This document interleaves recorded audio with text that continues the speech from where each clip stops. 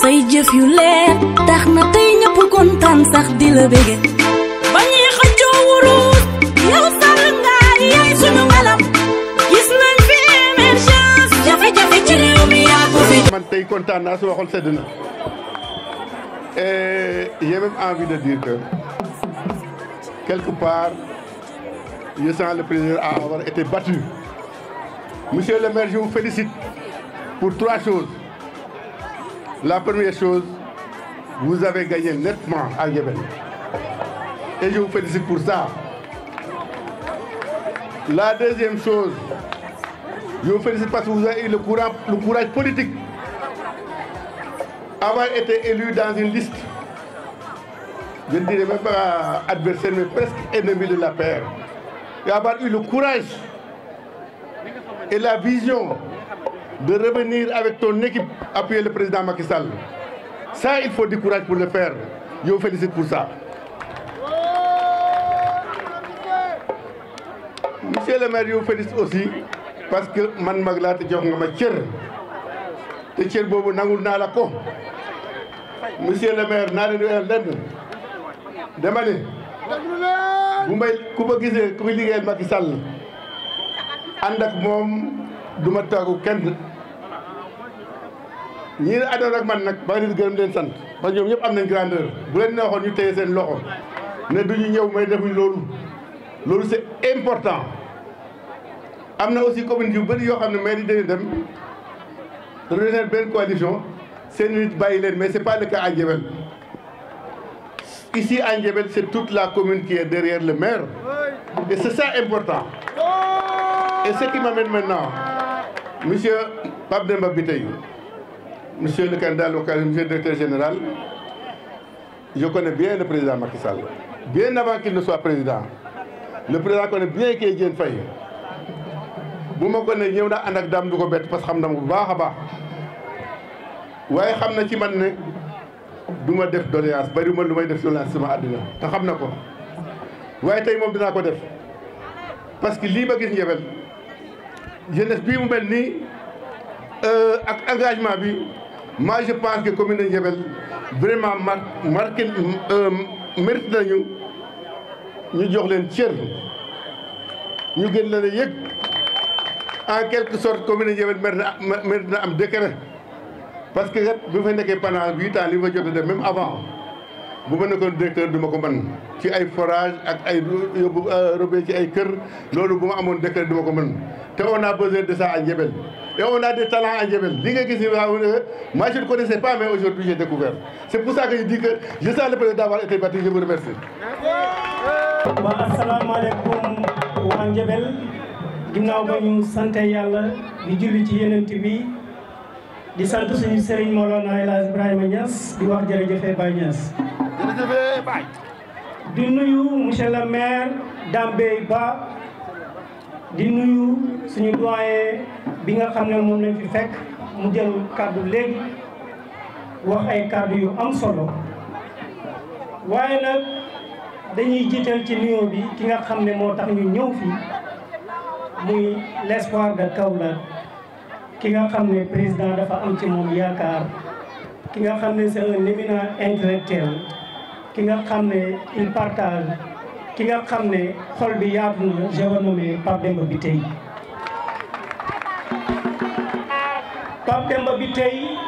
li tax président Macky Sall def ko tête de liste parce que xam na ne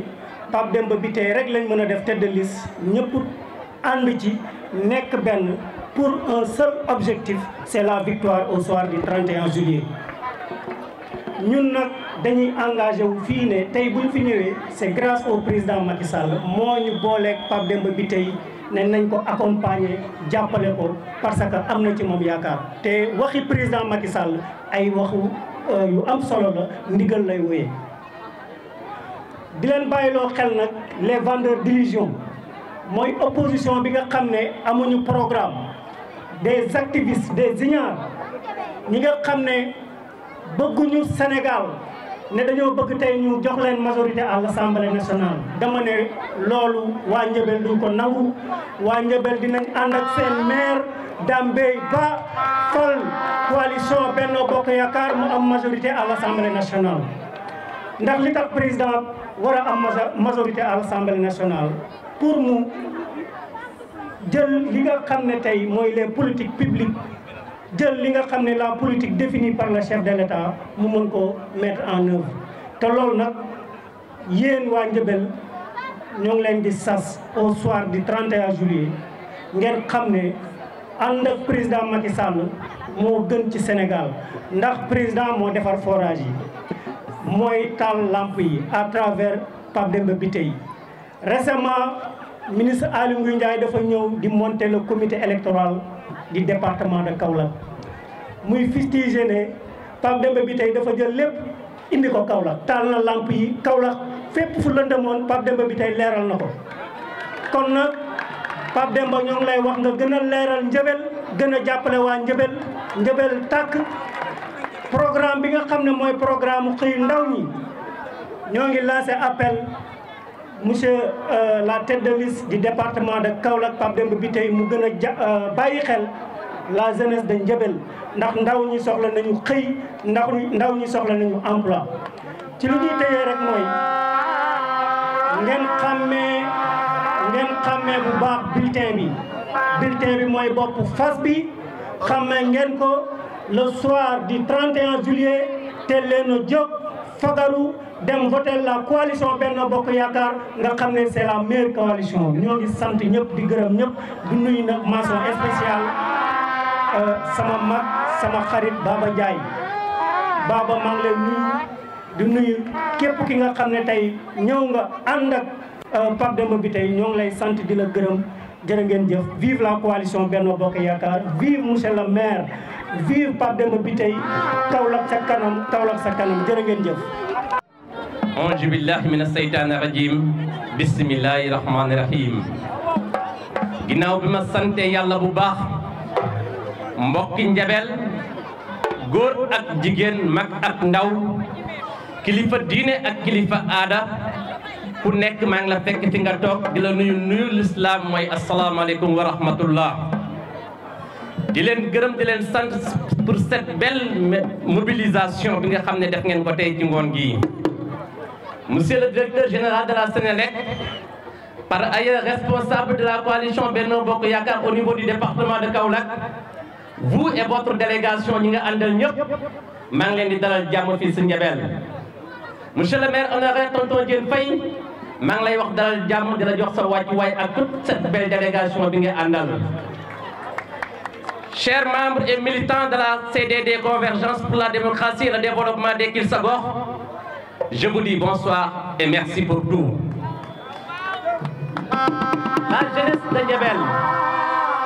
La jeunesse de Ndiabel,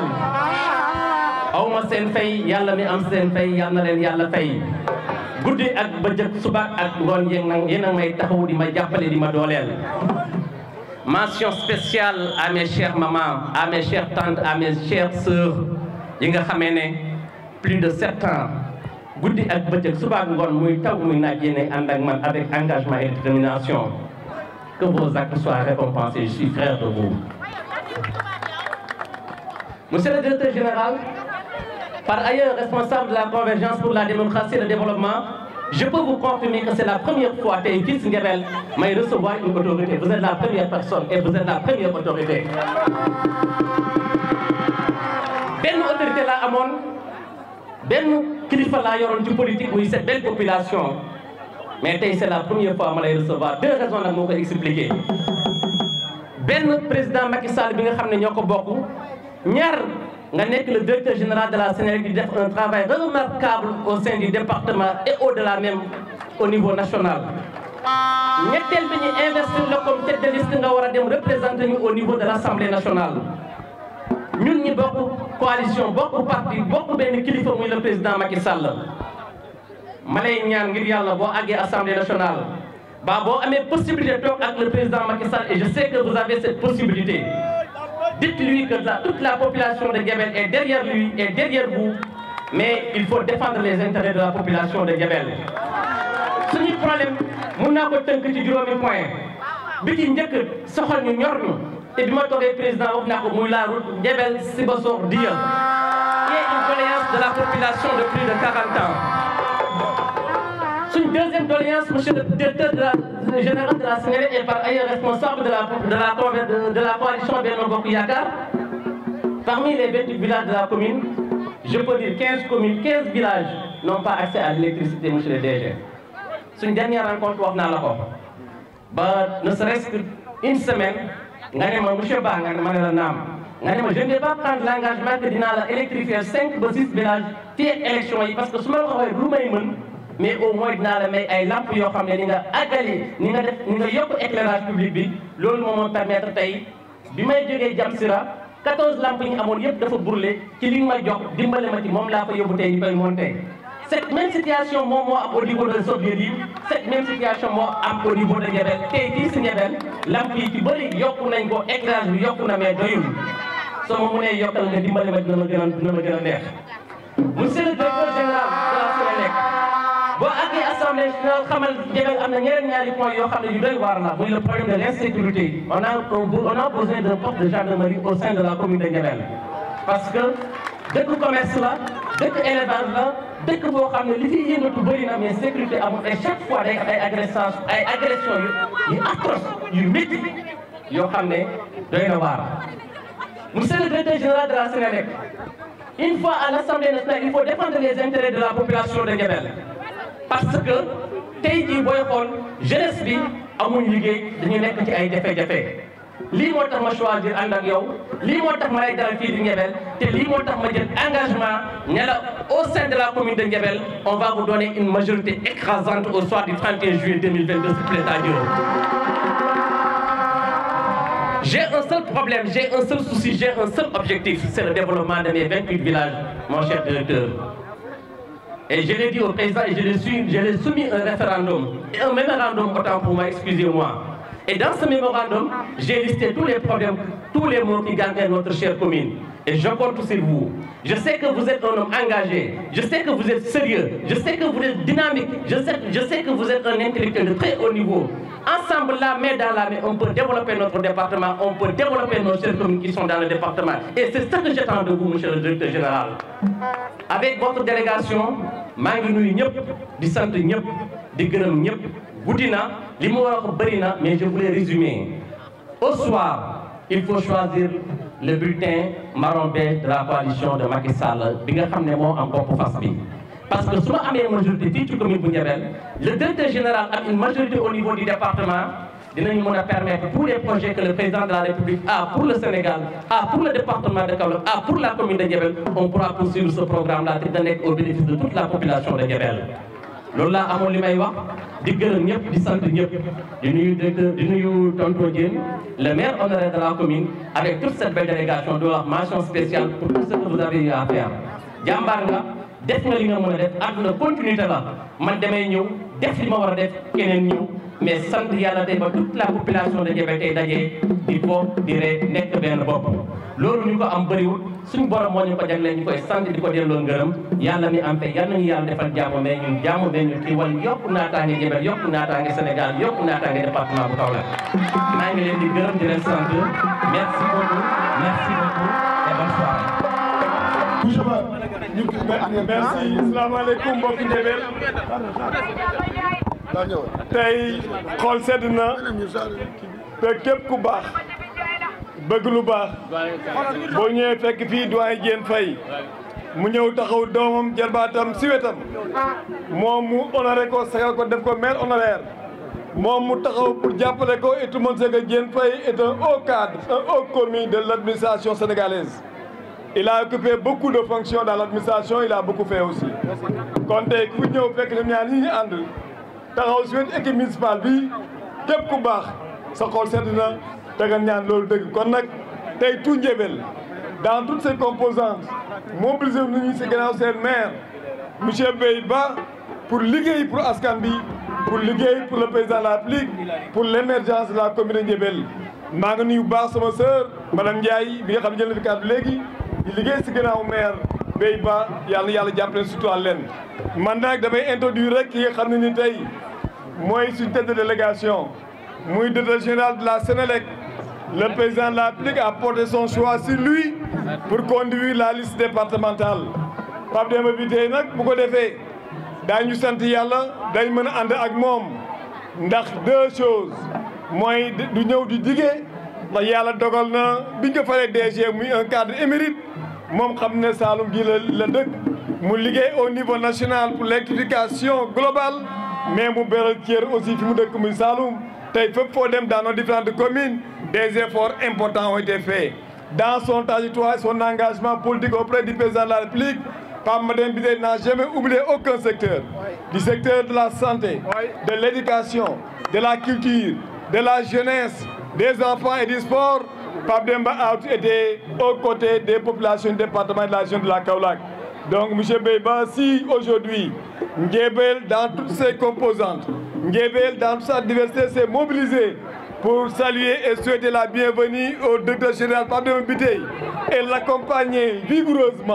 rigoureusement et de façon claire pour une victoire éclatante au soir du 31 juillet. Nous ne pouvons que vous dire jarama, merci. Les enjeux des élections du 31 juillet, l'importance de voter pour la majorité présidentielle, Pape Mademba Bitèye y reviendra avec l'ensemble des investisseurs auxquels il est en tête de liste. ñu ngi koy gërëm di sant di ko introduire rek jox kàddu gi c'est lui l'officiel, c'est lui le choix du président de la République, c'est lui la confiance du président de la République, c'est lui la tête de liste et le combattant en chef. Je vous remercie. jërëjëf ñu ngi nuyu ñëpp di sant ñëpp di nuyu kilifa yu ñu fi fekk yëpp ngeen may ñu rek ñu yeggali di nuyu kilifa yu ñu fi fekk yëpp di jël nuyoo bi nag di ko teg ci loxo doyen Diène Faye doyen li nga wone tey dal na suñu xel wan nga ne yow président Macky Sall rek nga gëm président Macky Sall rek nga bëgg mais aussi lu doxal Ndiébel kese moo la intéressé ndaxte xam nga ne tey monsieur le maire moo yore au destiné de Ndiébel yore nga expérience bu mu soxla yore nga vécu bu mu soxla nga ñëw ànd ak moom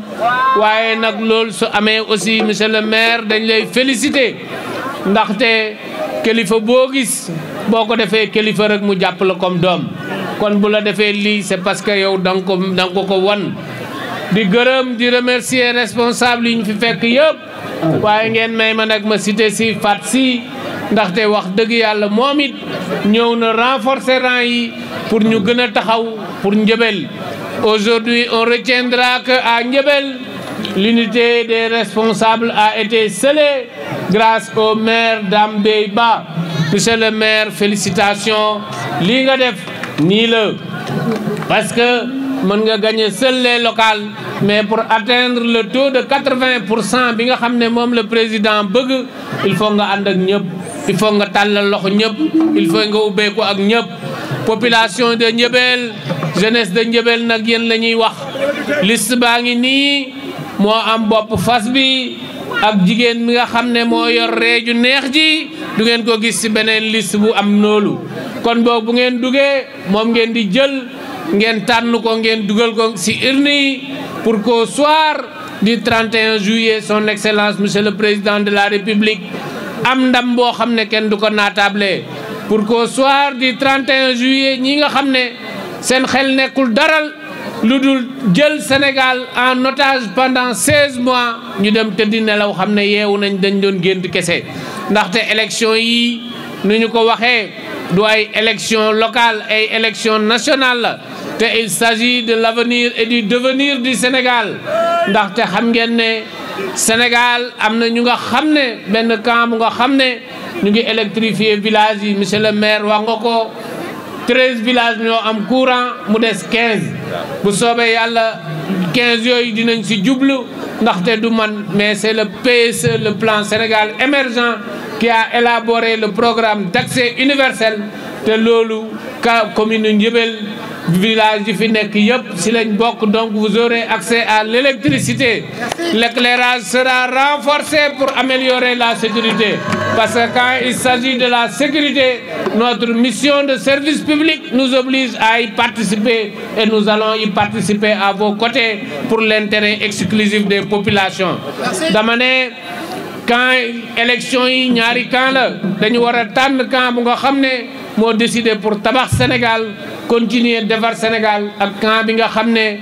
nee nañ à partir du 31 juillet ils vont installer l'instabilité ba président daw koo xam ne yaa ngi wax ne troisième mandat waroon nga am courage ne doo wàññi mandat jàmbur mais nag loolu seen xalaat la loolu seen gént la ñu bàyyi leen ko parce que xam nañ ne yéen di ngeen xam di ngeen xàmmee ndaxte kii nga xam ne muy président de la république nga xam ne mu ngi defar ay tabax mu ngi defar ay tali mu ngi defar ay hôpital mu ngi defar ay électrification santé lépp mu ngi koy defar te Sénégal amul benn richesse kooku bés bu ñu demee ba déwén en 2023 le premier baril de pétrole au Sénégal xaalis bi di gën a ñëw kooku xam ngeen ne lu mu doon def benn dina ko def fukk ndaxte du soxla ci lépp dina mun a utiliser alalu Sénégal pour accélérer l'émergence de ce pays là am na nag ñu nga xam ne leer na leen ne loolu dina am à partir de 2023 avec le pétrole à partir de 2024 avec le gaz seen xol nag nangu ko waaye yéen ñi nga xam ne yéen a xam ràññee leer na leen ne di ngeen jàppale président ba may ko majorité bi nga xam ne dina continuer fii nii nga xam ne mooy Sénégal fii nga xam ne moom mooy président de la République mu continuer di fi am kaddu ba 2024 et que les rêveurs là vont se réveiller debout pour comprendre que le Sénégal est un pays mature, la jeunesse sénégalaise est mûre et la jeunesse sénégalaise est déterminée à contribuer à l'émergence de ce pays. maa ngi leen di gërëm di leen sant continuer leen proximité yi dugg leen si kër yi si marché yi ngeen wax ak nit ñi ngeen wan leen liste bi nga xam ne mooy liste yaakaar bi liste bu nar a doxal Sénégal maa ngi leen di gërëm di leen sant asalaamaaleykum wa rahmatullah.